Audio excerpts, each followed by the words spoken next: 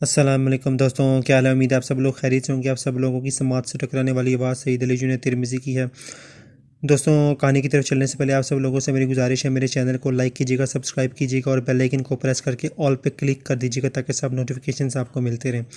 اور دوستوں، کسی بھائی یا کسی بہن نے کوئی سٹوری اپنی جو اس کی ذات کے ساتھ ہوئی ہو یا کسی کے ساتھ بھی ہوئی ہو، اگر وہ میرے ساتھ شیئر کرنا چاہتے ہیں تو واٹس ایپ کا نمبر میں نے اپنا ڈسکرپشن میں دے دیا ہے اور آپ مجھے اپنی سٹوری سینڈ کر سکتے ہیں۔ تو دوستوں، چلتے ہیں کہانی کی طرف۔ میرا نام محمد بشیر ہے اور میں نشاط آباد سے کچھ ماہ پہلے ہی یہاں حافظ آباد میں شفٹ ہوا۔ آگے پیچھے میرے کوئی نہ تھا جو کہ میری مدد کرتا، اس لیے یہاں آ کر چھوٹا موٹا کام تلاش کرنا شروع کیا۔ آخر کچھ تلاش کے بعد مجھے ایک جوتیوں والی دکان پر کام مل گیا۔ میں سارا دن کام کرتا اور رات کو سڑک کنارے یا لوگوں کے گھروں کے تھڑوں پر رات گزارتا اور صبح پھر کام پر روانہ ہو جاتا۔ یہ میری زندگی کا معمول تھا، لیکن اس مسئلے سے کافی پریشان تھا میں، کیونکہ میرے پاس رات گزارنے کی کوئی جگہ نہیں تھی، سر چھپانے کی کوئی جگہ نہیں تھی۔ کبھی کسی جگہ اور کبھی کسی جگہ میں اپنی رات گزارا کرتا تھا۔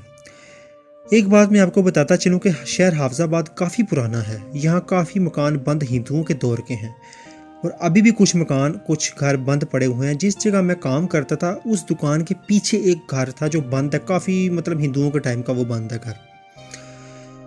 اس کے آس پاس کافی تعداد میں کافی مکان بھی خالی ہیں اور بند پڑے ہیں۔ میں نے سوچا کیوں نہ جو مکان دکان کے پیچھے ہے اس کو کھول کر دیکھوں، شاید میرا مسئلہ حل ہو جائے۔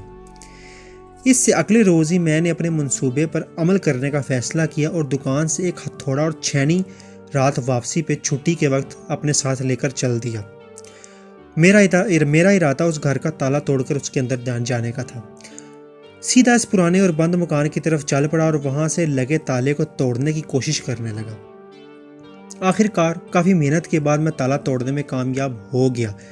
یہ اس مکان کا پہلا اور سب کمروں سے الگ تھلگ کمرہ تھا۔ پہلے تو مجھے خوف محسوس ہوا، لیکن پھر اس ڈر سے کہ میں رات کہاں گزاروں گا، لوگوں کے تھڑوں پہ گزارنی پڑے گی، اسی ڈر سے میں نے اپنے ڈر پر قابو پایا۔ لیکن پھر میں اللہ کا نام لے کر اندر داخل ہو گیا۔ دن کے تقریباً 11 بجے کا وقت تھا، پھر بھی اس کمرے کے اندر اتنا اندھیرا تھا کہ میرے ہاتھ کو سجائی نہیں دے رہا تھا۔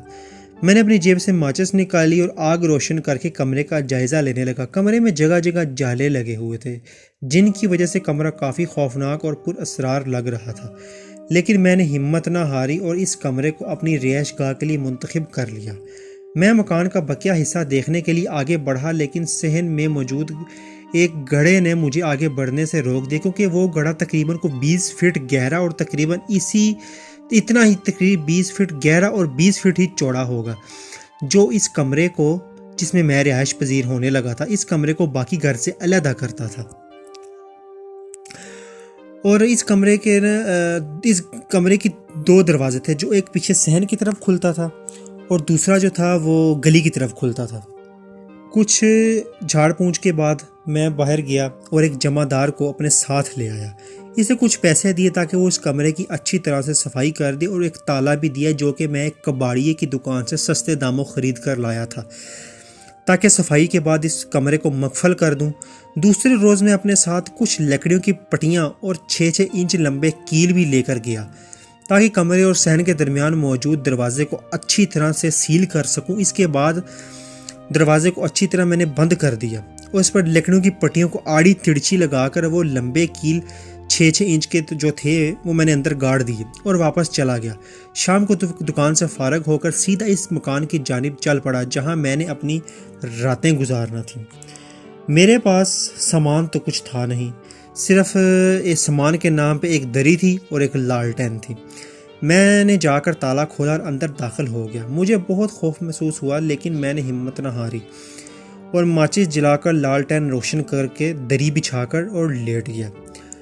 تقریباً 2-3 دن تو میرے آرام سے گزر گئے تھے، لیکن چوتھے روز میرے ساتھ بہت ایک عجیب قسم کا واقعہ پیش آیا۔ رات کو جب میں نے سونے کے لیے لیٹا تو مجھے کچھ کھڑکھڑاہٹ سی محسوس ہوئی۔ میں نے ادھر ادھر بہت غور سے دیکھا، لیکن کمرے میں میرے علاوہ کوئی بھی نہ تھا، لہٰذا میں نے اسے اپنا وہم گردانا اور ناکام کوشش کرنے لگا سونے کی۔ کچھ دیر بعد مجھے پھر سے آواز اسی طرح کی کھڑکھڑاہٹ کی سنائی دی، جو کہ پہلے کی نسبت کچھ زیادہ ہی تھی، جیسے کوئی دستک دے رہا ہو۔ میں نے اپنے آپ کو تسلی پھر دی اور اسے پھر اپنا وہم گردانا، لیکن کچھ دیر بعد آواز کافی شدت پکڑ گئی۔ میں نے آواز کے رخ دیکھنا شروع کر دی، لیکن